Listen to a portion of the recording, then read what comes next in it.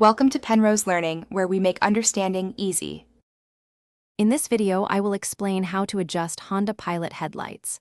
First, gather your tools. You'll need a Phillips head screwdriver and possibly a measuring tape. Park your vehicle on a level surface, ensuring your tire pressure is correct. This preparation is crucial for accurate aiming. Make sure your fuel tank is about half full for consistent weight distribution. This ensures a reliable starting point for adjustment. Next, prepare your aiming area.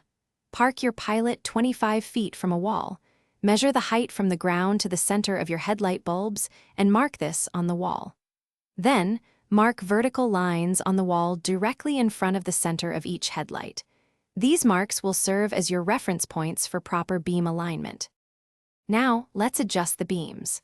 Open your hood and locate the adjustment screws on the back of each headlight assembly. Typically, one screw controls vertical movement and another controls horizontal.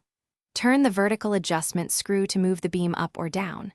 Aim the top edge of the low beam's brightest part slightly below your horizontal wall mark. Adjust one headlight at a time. Finally, double-check your work.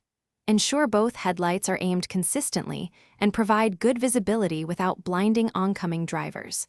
Take your Honda Pilot for a test drive on a dark road to confirm the adjustment. If needed, make small, fine-tuning adjustments. Always refer to your owner's manual for any model-specific instructions or additional guidance.